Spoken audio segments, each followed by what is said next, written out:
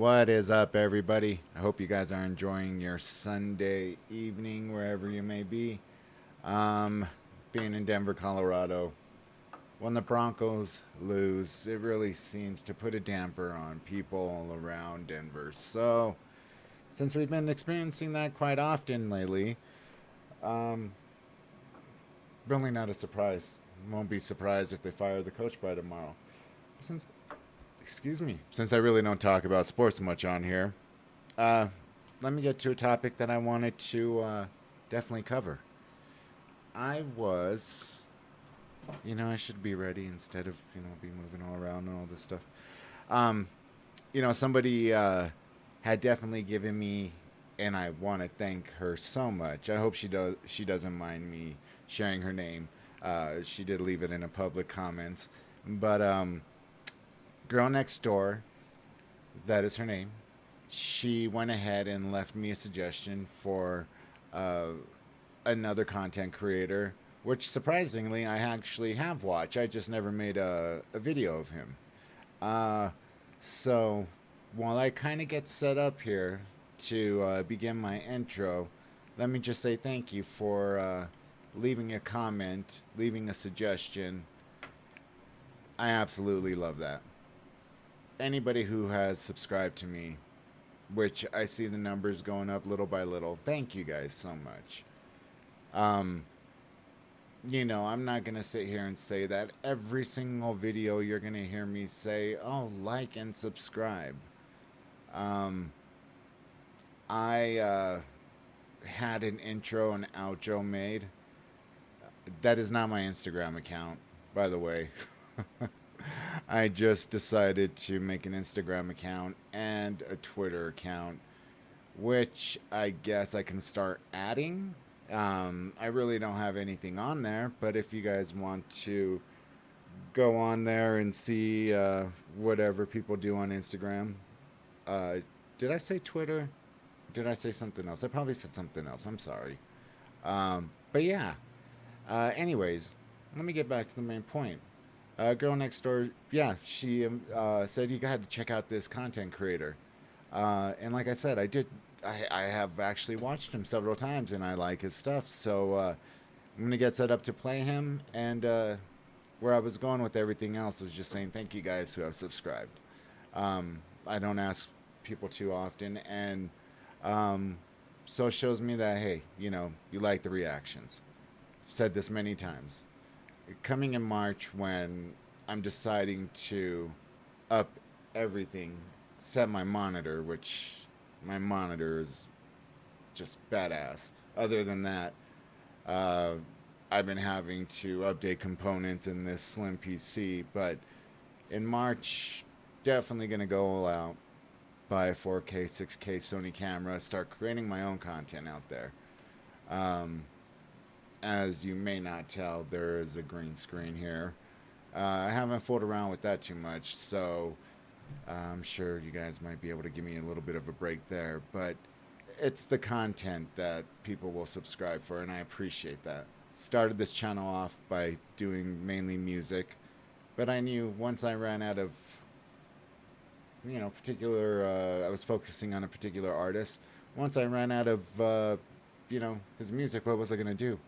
So I decided, why don't I share all of my uh, basically interests that I have when I come on YouTube, which became plentiful during the lockdown and have stayed that way. I've always been a fan of YouTube ever since my days of walking at night with the freaking heated jacket listening to Coast AM, which, a lot of these stories have been told in many different ways by different content creators. Um, but hey, there's only so many stories out there that we could cover, either iceberg, videos or true crime. Like I said, anywhere from Mr. Ballin to one of my favorite, that chapter. Um, I have a lot of respect for those guys. So um, let me get this next one started. So I will be right back. All right, sorry you have to see my mug so up close, but I want to go ahead and start this off. Like I said, a subscriber left a comment and said, "Hey, you should definitely check out, if you like that chapter, you should definitely check out this content creator named Wendigoon." I believe I'm pronouncing the name correctly. And believe it or not, I had actually watched a quarter of one of his videos. And it's kind of odd. I must have missed a lot of school. And I was in grade school because I was at home for a lot of tragedies. Remember in grade school, I was in home when Waco took place, and I remember watching that live on the news with my pure white cat with blue eyes laying on me, purring away, but when it wanted to get psycho, it would rip the shit out of my arms, excuse my language. I remember being at home when Psycho, Timothy McVeigh, and Terry Nichols. Is that it? I know it's Nichols. Decided to, well, I mean, children involved in both cases, so, I know they all have their opinions and beliefs, and I wasn't there. I can't say whether or not the government was responsible for the fire at Waco, or if, from what, I'm not even going to speculate that, but it really didn't seem to matter to either men as far as the Oklahoma City bombing, if they did enough research where I'm sure they knew there was children in the place. And when it comes to children,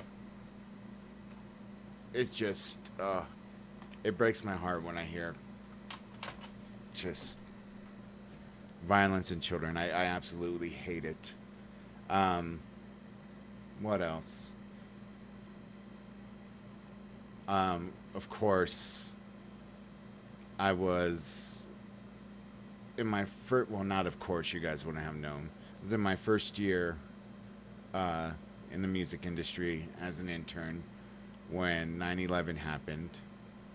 But I also remember being at home watching what I'm about to show you guys from content creator Wendigoon.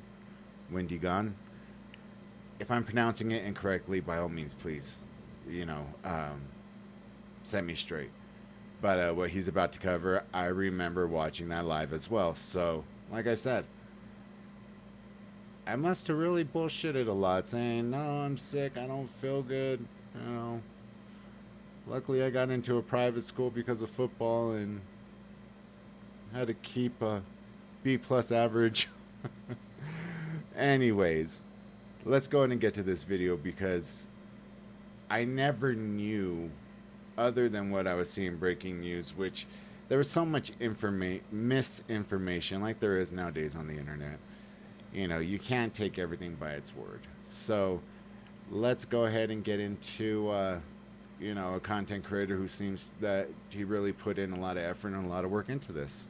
And once again, thank you, Girl Next Door, for the comment and the suggestion, and everybody else who was subscribed. By all means, please throw out any suggestions if you have any, and I definitely read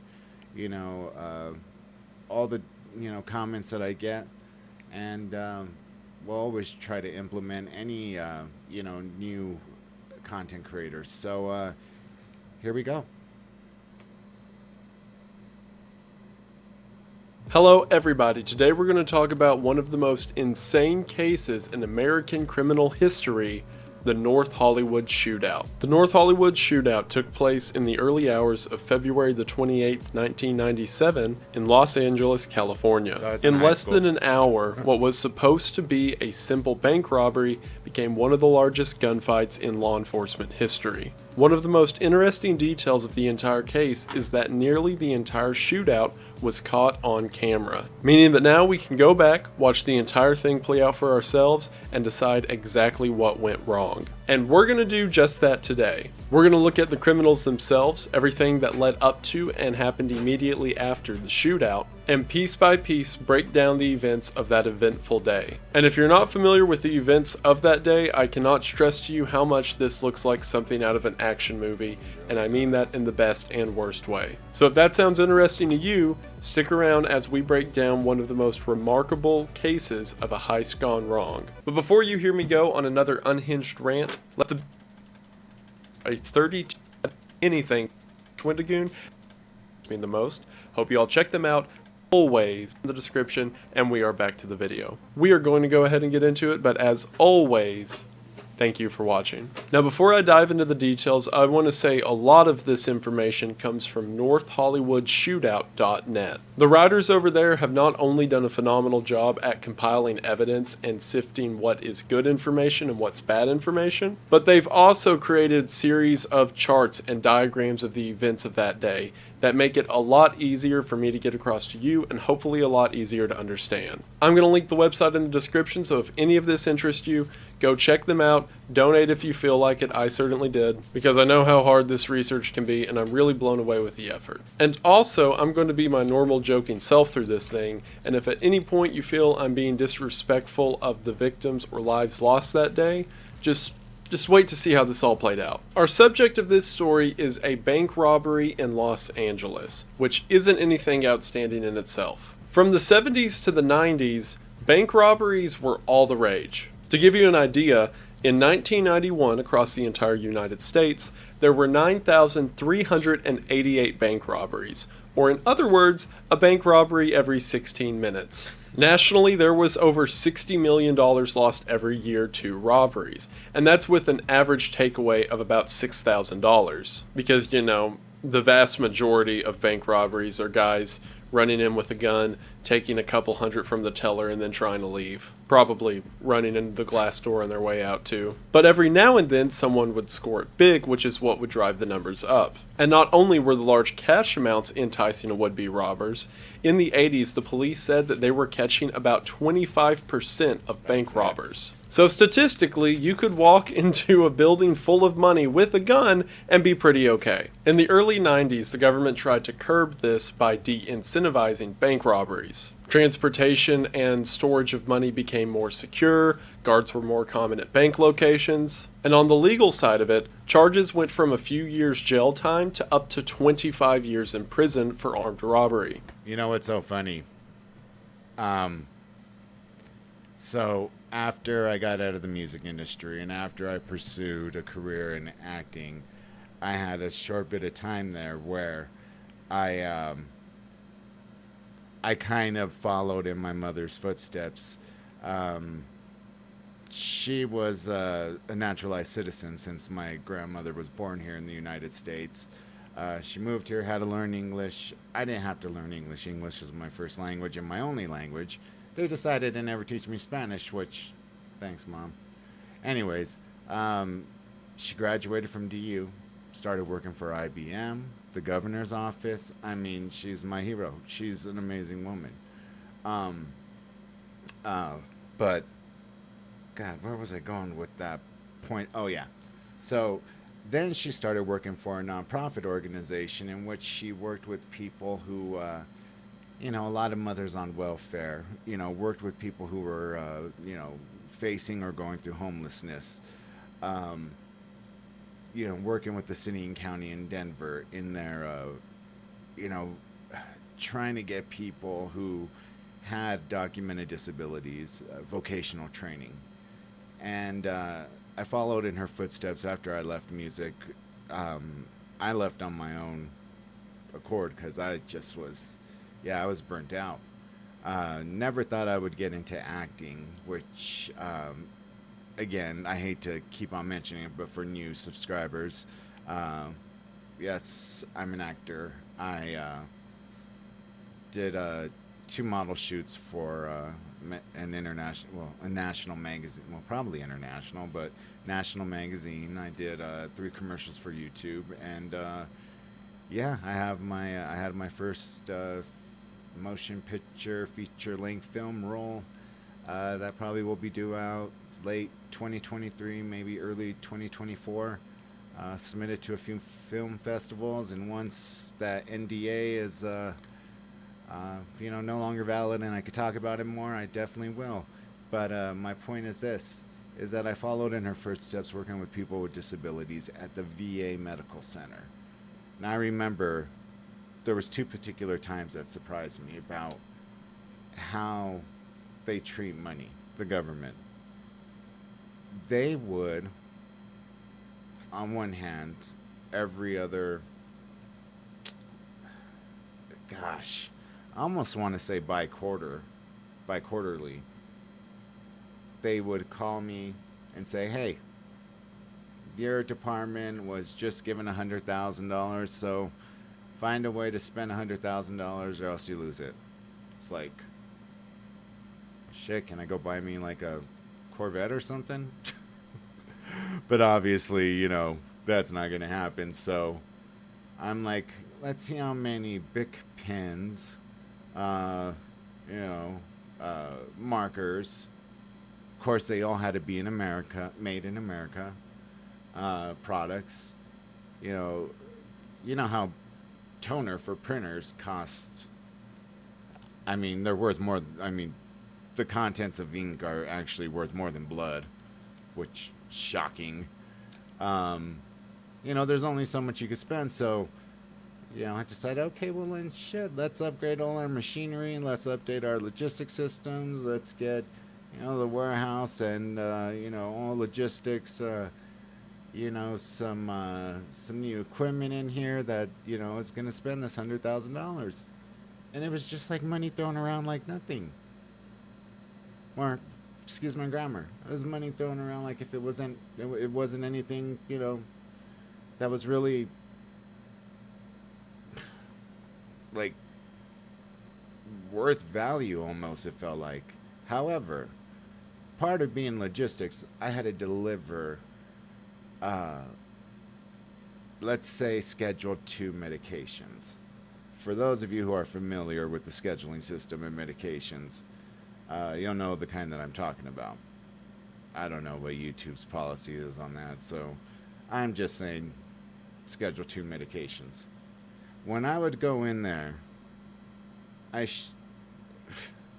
I'm not kidding you. When I was delivering, because I was a supervisor, 75% of my staff was disabled, documented disability, working for vocational rehabilitation. So we paid them like $30 an hour to help incentivize them to want to go out and find a job to where they could make that kind of money without a supportive work site. But when it came to those kind of medications, I wanted to oversee that these were getting handled correctly. As I ended up writing an SOP because a lot of these weren't getting handled correctly, and they actually published my SOP at multiple VAs federally, which I was like proud of. I'm like, wow, they asked, a contractor out of all people and wrote this up. But when I would go and deliver them, where they kept money, and they had a bank inside the VA. It was a security service federal credit union. And, the money, if somebody was stupid enough to go and try to steal inside a VA, like a dumbass idiot was decided to steal a DVD player at the VA, and since you're on VA grounds, that's a federal charge, when he could have just tried to steal at a Walmart and get state charges. But no, I don't know what was going through his head. Anyways, you go deliver these medications, and they're in a freaking vault. The door to house these medications was that thick. And then on the side of it, it had how long it would take to break in this door by different methods.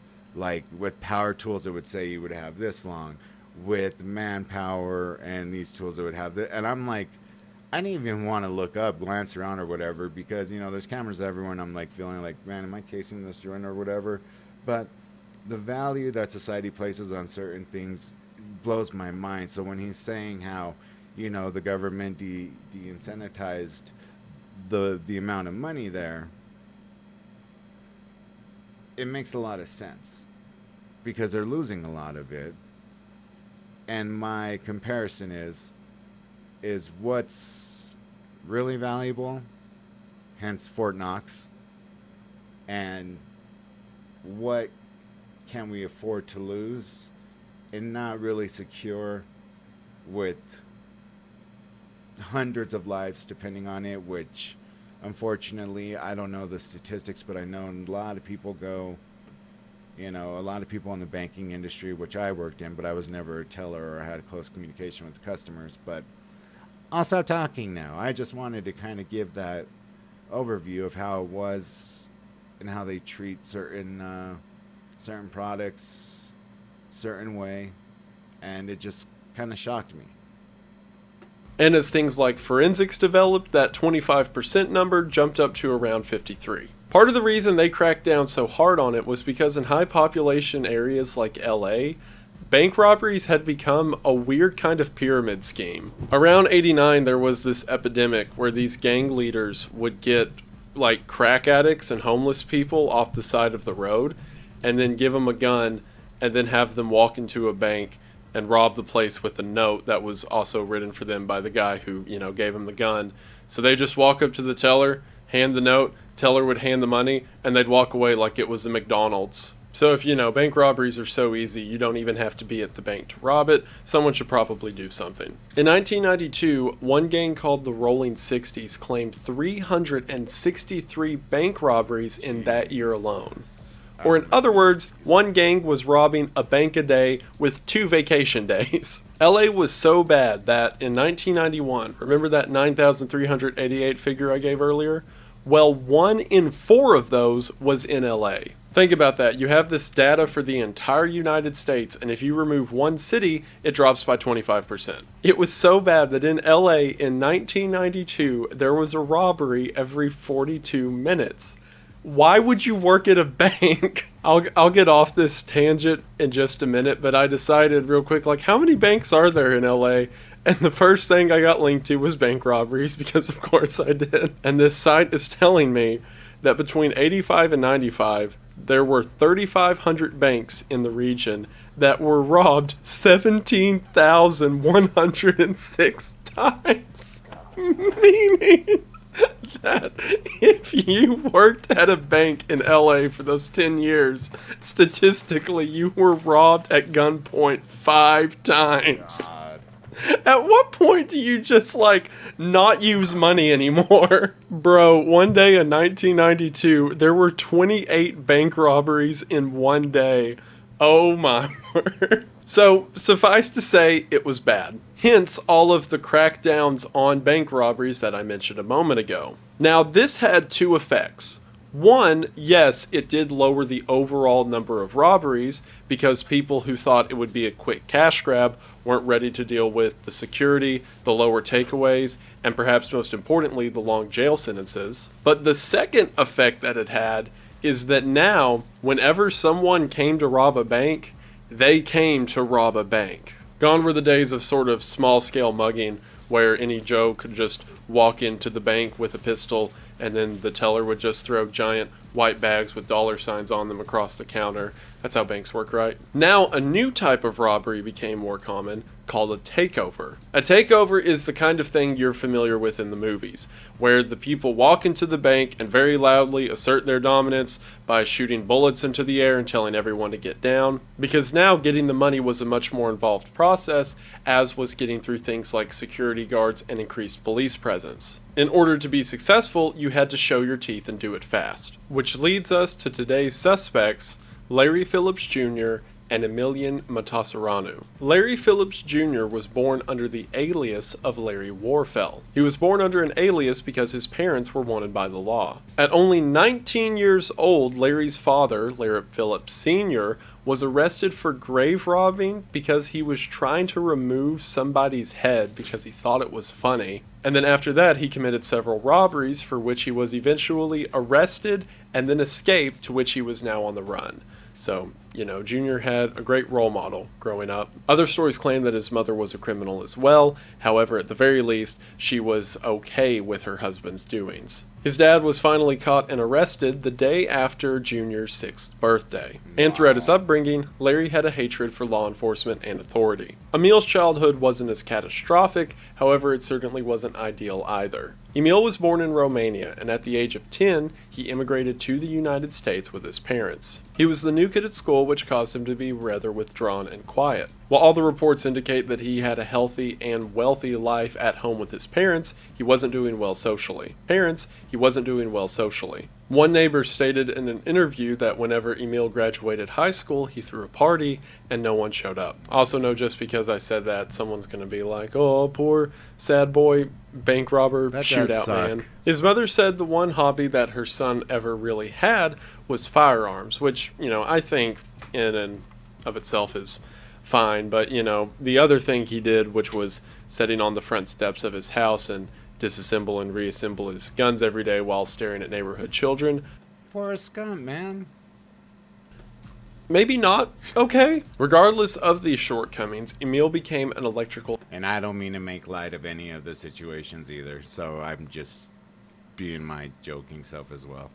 Engineer and even started his own business. Smart. Keep that business in mind. It's going to come around in the end. You won't see it coming. It'll be great. Don't worry. Most stories say that Larry and Emil met each other in 1989 at a Gold's Gym at Venice Beach. Some other stories indicate that they knew each other beforehand, but 1989 is as early on the timeline that can be confirmed. You wouldn't think the two would get along, but after they figured out that they had a shared interest in firearms and eventually crime, they were a match made in not heaven. Now, it can't really be confirmed what was happening in the next several years following their meet.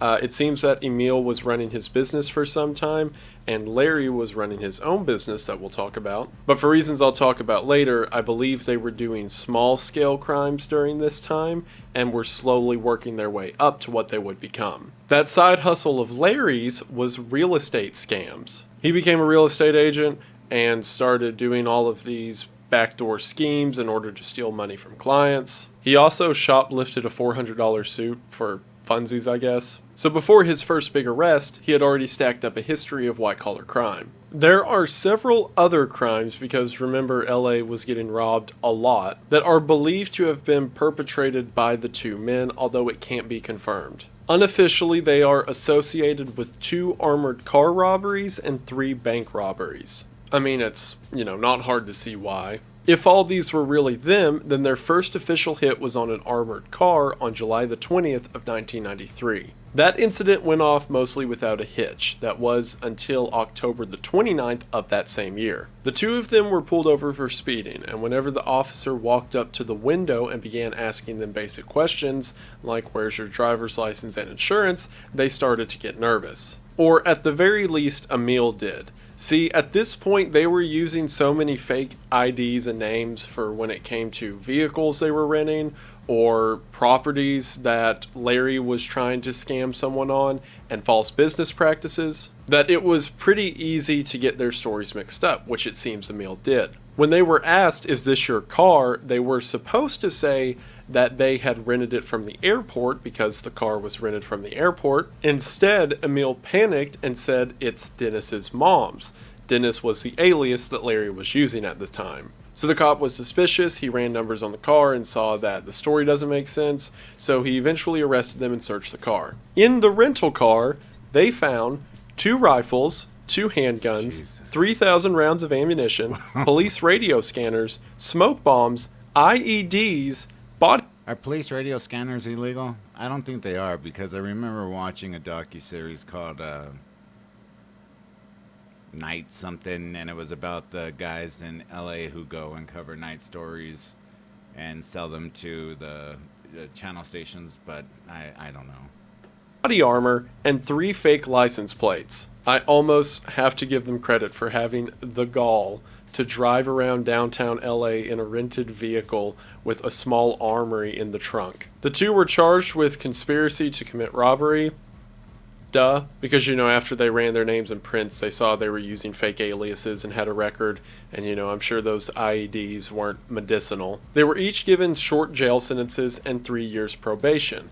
The most important part of this is that they were each given felony charges and had all their guns confiscated. Over the next few years, again, this is assuming that they did rob all of the places it's assumed that they robbed, they would hit another armored car in June of 1995, this time killing one of the guards aboard the armored car, and then torching the vehicle that they had drove in order to get rid of evidence. I guess they like heat. And then in 96, robbed 2 Bank of America locations. If they did do these hits, then they had stolen at this point about $1.5 million. Wow. The pair, only known for their ski mask and AKs, were dubbed the High Incident Bandits. There we go with the cool names again. At this point, again assuming the previous robberies were them, they got this method down to a science. They would go in loud, shooting rounds into the ceiling in order to freak everybody out. One of them would get the crowd to lay down and not look at their faces, so there was no risk of them being identified, while the other would go to the back door, shoot the door open to the teller's area, and have the bank manager take them to the vault where they would load cash into bags and then leave. Several of these heists took place in under 3 minutes, and given that the average police response time in the area was 8 minutes, the business was doing pretty good. However, as we're going to find out, for each of these heists, they brought an absurd amount of ammunition with them just in case something went down. They had planned for their next hit to be at another Bank of America location, this time the one at 6600 Laurel Canyon Boulevard. This was the largest Bank of America location in North Hollywood, so they assumed it would have the largest takeaway. This location had a parking lot to the north and south with a neighborhood bordering it on the east and a shopping mall bordering it to the west. While this did mean there was a higher chance to be seen as it was a high traffic area, it also meant that there were several escape routes. And in order to maintain fire superiority, the pair would bring with them 3 Norinco Type 56 rifles, or in other words, Chinese AK-47s, a Bushmaster XM15 dissipator, M16. which is essentially a Sporter M16 with a shortened barrel, an HK91 or civilian G3, and a Beretta 92 FS. The guns will come into more detail as things start to go wrong, trust me. The pair also heavily laid up in body armor, each wearing bulletproof material for a soft vest before inserting metal trauma plates underneath those vests. Phillips went a step farther by wearing what's called a groin guard, or essentially a bulletproof diaper, as well as taking pieces of Kevlar and duct taping it to his arms and legs. All of the weapons that they brought were not only illegally obtained, because if you'll remember they were both felons, but they were also illegally modified, save for the Beretta and the HK91. If anything were to go down, the men would essentially become walking juggernauts, and as we're going to see, that's exactly what happened. Each of the men wore gloves in order to hide their fingerprints, so the gloves had sewn-in watch faces so that they could time the robbery itself. So, on February the 28th of 1997, the 2 men pulled into the north parking lot at 9:16 a.m. To calm their nerves, the 2 downed phenobarbital before they walked in. Phenobarbital is typically an anti-seizure medication, but for what they were using it for, it was a very intense nerve suppressor. The 2 set their timers for 8 minutes and then exited the 1987 Chevy Celebrity. Completely kitted out, the 2 made their way to the sidewalk and then began to walk into the Bank of America. And that 8-minute timer probably would have been okay if it wasn't for a patrol car that just so happened to be driving by at the same time. The patrol car saw the 2 guys in ski mask, bulletproof armor with rifles walking into the building and figured it was a problem. Walking into the front door, there was a man using the ATM who Larry grabbed, threw on the floor, yelled, "This is a holdup," and began shooting into the ceiling. Larry kept shooting and telling everyone to get down, while Emil ran to the teller door, shot the lock off, and then grabbed the assistant manager. As soon as the 2 had walked in, the teller hit the panic button, although that didn't really matter because again the patrol car already saw them, and Emil made his way with the assistant manager to the vault to start loading the bags with money. Now, as mentioned earlier, a lot of these robberies only took a couple minutes. However, due to the recent string of robberies, a couple probably committed by Larry and Emil, the banks had changed procedure. So now, instead of just opening one key and all the money was there for the taking, money was composed into these small individual lockboxes. Because of that, it took way longer to load the bags with money than it had previously. On top of that, the pair had planned to hit the bank this Friday morning because there was supposed to be a money delivery a few hours earlier. However, again, because of the string of bank robberies, deliveries were purposefully sporadic. So Emil kept yelling at the assistant manager to give him the rest of the money because he thought there was more even though there wasn't none, and what there was took longer to get a hold of. This would cause the two to eat up the entirety of their 8 minutes. Larry was again out in the lobby on crowd control. However, for some reason, 3 minutes after this all began, he walked outside to the front door of the bank. To me, this indicates that he probably saw the patrol car see them as they were walking inside, because I don't know why else he would do this. He walks out the front doors and then just standing there, ski mask and AK to his side, looks down the street one direction and down the street to the other direction and then just walks back in. It's believed that whenever he looked south, he could probably see the cop car, which was the initial cop car that called for backup. So what probably happened, in my opinion, is he saw the cop car and then thought this is probably going to be bad. So then he's on crowd control, he gets everyone to lay down. He then walks back outside to check, sees the cop car and thinks, yeah, it's going to get bad. After he comes back inside, he goes to the security guard who is laying on the ground with everyone else before putting a gun to the back of his head and saying, whenever I tell you to, move everyone into the vault. Larry then says something to Emil, most likely informing him that there's police outside and it's about to be a fight. So Emil zips up the bag he's been filling, which contains $303,305, as well as 3 dye packs. Dye packs, for those that don't know, are these little packets of dye that are made to explode if something's stolen or taken away, so that it becomes unusable and traceable for whoever stole it. I'm sure Emil wasn't aware of this, and after a short discussion with Phillips, they changed their game. While all of this is happening inside, on the outside, police are taking up defensive positions around the front door of the bank. I also want to mention really quickly, I looked at so many different interviews and documentaries and websites in preparation for this, and this always happens with stories or cases I read about, that some information's wrong, but like entire documentaries had no idea what they were talking about. Like, the majority of them conflicted with the footage that is clearly visible and just said that the pair did things that they did not do. One of the documentaries said that the two split up at one point and Emil walked out of a door that doesn't actually exist. One of them claimed that Emil was so intoxicated on the barbiturates that he passed out at one point, which he did not. And one of them claimed that Larry tried to kill Emil. No.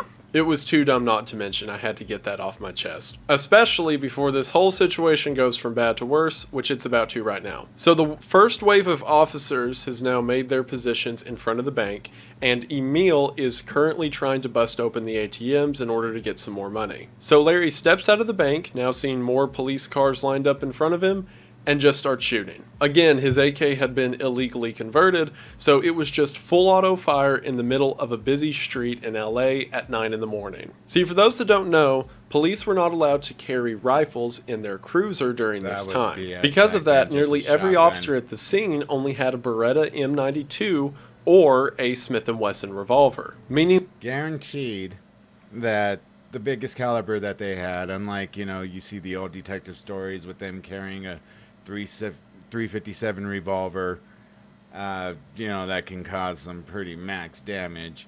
I'm sure, the biggest caliber, perhaps a 45, more than likely a 9. More than likely these guys, given the type of weapons that they're carrying, probably have full metal jacket rounds, 7.62 grain. I mean, they're just probably... That's what I would imagine. I doubt armor piercing, because especially being felons, I mean, that's going to be even 10 times harder to get. So you're not going to be having steel-tipped bullets, but nonetheless, having what I would imagine, full metal jacket, high-grained, bullets compared to what the police had. And all the body armor that they have, they were probably just like, bullets just bouncing off them like, I don't know, people who play airsoft and have, who are heavily padded. I never played airsoft, but I heard, they hurt if you don't have padding. So The largest caliber that the police had on hand was this, a 9mm bullet. For a comparison, one of the guns that Larry used was an HK-91 chambered in .308, which, if this is a 9mm, this is what they were carrying. Now normally up close it doesn't matter, a bullet's a bullet.